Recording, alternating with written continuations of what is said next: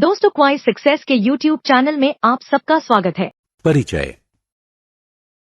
Hello दोस्तों, जैसा कि हम सभी जानते हैं, हमारे आसपास इतने सारे सूक्ष्म जीव हैं। इन्हें कई समूहों में वर्गीकृत किया जाता है। इनमें से कुछ हमारे लिए उपयोगी होते हैं, इसलिए उन्हें मित्र कहा जाता है, जबकि अधिकांशतः नुकसानदेह होते हैं, अतः इन्हें दुश्मन या शत्रु कहा जाता है। अतः इस पाठ में हम इन सूक्ष्म जीवों की मित्र और शत्रुओं की प्रकृति के बारे में जानेंगे। अतः इस पाठ में हम इन सूक्ष्म जीवों की मित्र और शत्रु की प्रकृति के बारे में जानेंगे। उद्देश्य। इस पाठ के अंत में आप निम्न करने में सक्षम हो जाएंगे: सूक्ष्म जीव और इसके विभिन्न समूहों को परिभाषित करना, मित्रवत सूक्ष्म जीव और सामान्य मानवीय जीवन में इनके उपयोगों का वर्णन करना, हानिकारक सूक्ष्म जीवों का वर्णन करना, खाद्य परिरक्षण की विधियों की व्याख्या करना, नाइट्रोजन स्थिरीकरण और नाइट्रोजन चक्र की व्याख्या करना, सूक्ष्म जीव और उनकी आदतें। वरुण, फल के इस टुकड़े को मत खाओ, अब ये दूषित हो चुका है और तुम्हारे स्वास्थ्य के लिए हानिकारक है। लेकिन क्यों दीदी? जमीन पर ढेर सारे कीटाणु हैं और वे इतने छोटे हैं कि तुम उन्हें खुली आंख से नहीं देख सकते और वे तुम्हें नुकसान पहुंचा सकते हैं। ये क्या हैं? इन्हें सूक्ष्म जीव कहा जाता है। दोस्तों, आपको जानकर हैरानी होगी कि सूक्ष्म जीव खाना बनाने में हमारी सहायता कर सकते हैं और यही हमें बीमार भी बना सकते हैं। इसलिए इनके बारे में विस्तार से अधिक जानकारी प्राप्त करने से पहले आइए हम ऐसे सूक्ष्म जीवों और उनकी आदतों के बारे में जानते हैं। सूक्ष्म जीव या जीवाणु आकार में इतने छोटे होते हैं कि उन्हें खुली आंख या बिना किसी सहायक साधन के नहीं देखा जा सकता। इन्हें व्यापक स्तर पर 4 प्रमुख समूहों में वर्गीकृत किया जाता है। ये हैं जीवाणु, कवक, प्रोटोजोआ और शैवाल। विषाणु भी सूक्ष्म होते हैं। सूक्ष्म जीव विभिन्न वातावरणीय परिस्थितियों में जीवित रहते हैं। मित्रवत सूक्ष्म जीव और उनकी आदतें। प्रिय विद्यार्थियों, ये सूक्ष्म जीव व्यापक स्तर पर उपयोगी और हानिकारक सूक्ष्म जीवों में वर्गीकृत किए जाते हैं। अब हम सूक्ष्म जीवों के मित्रवत गतिविधि की विस्तार से चर्चा करेंगे। ऐसा ही एक मित्रवत सूक्ष्म जीव है खमीर। खमीर का उपयोग बेकिंग उद्योग और हमारे घरों में ब्रेड, केक, पेस्ट्री आदि बनाने के लिए किया जाता है। जीवाणु लैक्टोबैसिलस दूध से दही बनाने में उपयोगी है। सूक्ष्म जीव वाणिज्यिक और औषधीय क्षेत्र में भी उपयोगी हैं। उदाहरण के लिए अल्कोहल, बियर और शराब के व्यापक उत्पादन के लिए खमीर यानी यीस्ट का उपयोग डिस्टिलरी उद्योग में किया जाता है। कुछ अन्य जीवाणु प्रतिजैविक यानी एंटीबायोटिक और वैक्सीन बनाने में सहायक होते हैं। टीकाकरण कई बीमारियों में सहायक होता है, जैसे हैजा, क्षय, चेचक और हेपेटाइटिस।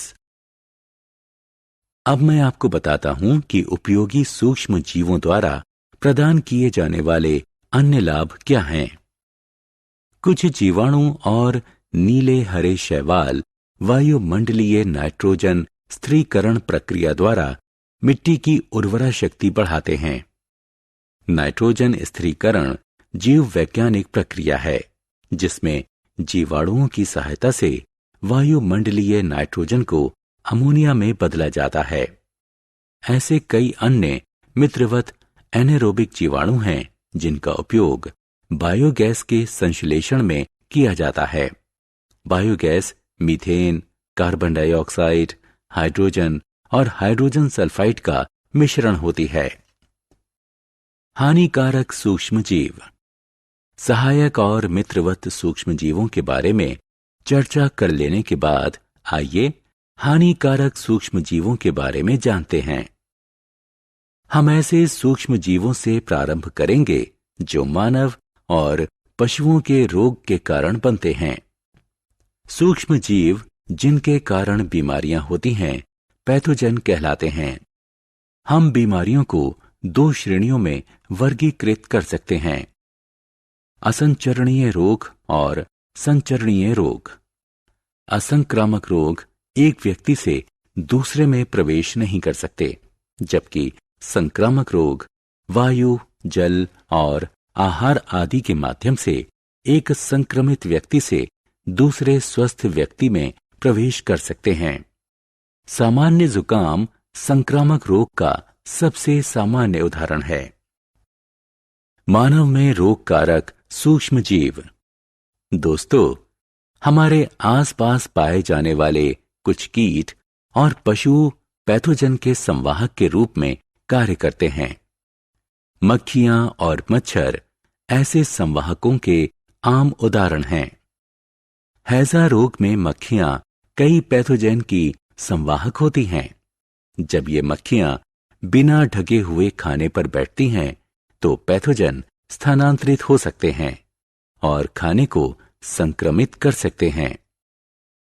हैजा से बचने के लिए हमें खाने को हमेशा ढककर रखना चाहिए और बिना ढके हुए खाने को खाने से बचना चाहिए।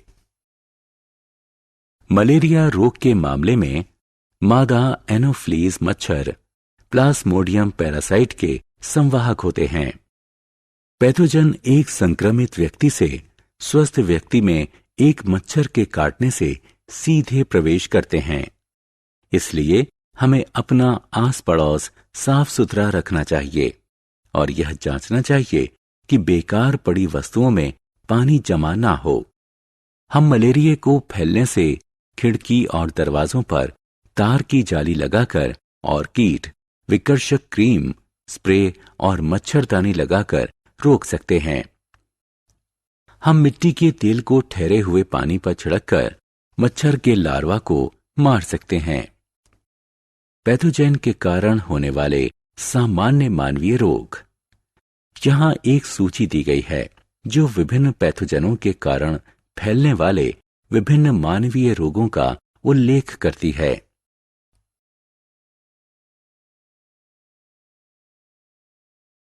जंतुओं में रोगकारक जीवाणु। आइए अब अपने अगले विषय पर चलते हैं, जिसमें पशुओं में रोग पर चर्चा होगी। क्या आपने पैथोजन के द्वारा पशुओं को होने वाले किसी रोग के बारे में सुना है?